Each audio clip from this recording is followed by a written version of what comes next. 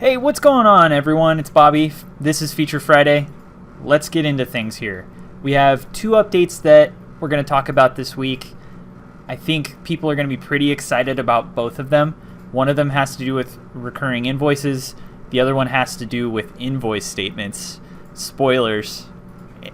Wow, that was cheesy. I apologize. Anyway, let's get into this. So, what's the change with recurring invoices? For those of you that don't know, Repair Shopper does have recurring invoices. You can get there by going to admin and then go down to the invoice section here, and you will see recurring invoices. That's the tab button and the weather button. Excuse me, folks.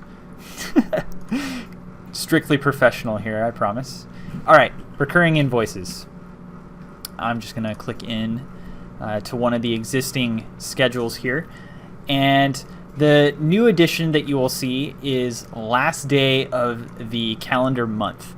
What this does is tells the recurring invoice, no matter what, to always generate on the final day of the calendar month.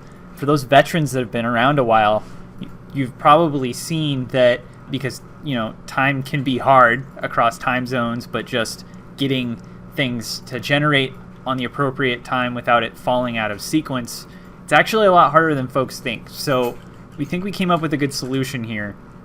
And when you check this, once the recurring invoice starts its schedule, so for instance, you'll see here I have the next run date for this one as October 11th.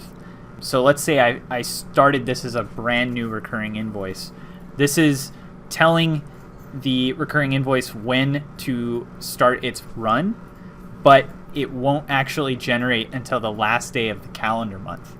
For those of you that have kind of a payment system in place where invoices get sent out at the end of every month, this is just a great way of automating it without having to worry about it generating on the 28th or the 30th or the 31st. Now it'll just do it at the end of that particular calendar month. Tons of feedback, especially from folks around final day of the month. Billing Cycles had requested this, so I hope everyone enjoys that. The second update we did, I think, is going to be particularly exciting for a lot of folks because until recently, if you wanted to send a statement, an invoice statement to a customer, it was completely manual. You had to go to customers, and then let me pull up a customer here. You then had to click on the email statement button, or you needed to download a PDF statement and then manually email it to your customers. Well, now, if you go to the reports section, there is, of course, the customer open balances report. But if you click into that, we made a couple little key updates here. First, you'll notice some check boxes on the left, and in the upper right, you'll see a Send Statements button.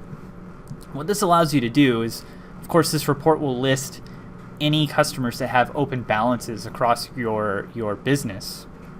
But you can actually send statements in bulk now, which is kind of like a long time requested thing, and I'm happy that we're able to finally do it. So all you need to do is, check at least one, but you can check them all as well. And then when you're ready, just click Send Statements, and then it will email the statements to the primary billing email address on the customer. So, just to recap, the new features for statements can be found by going to Reports, and then Customers Open Balances. And from here, you can actually send an individual statement to somebody if you want, or as a lot of folks have requested, you can send a bunch of statements in bulk out in a single button click. So yeah, those are the two big updates for this week.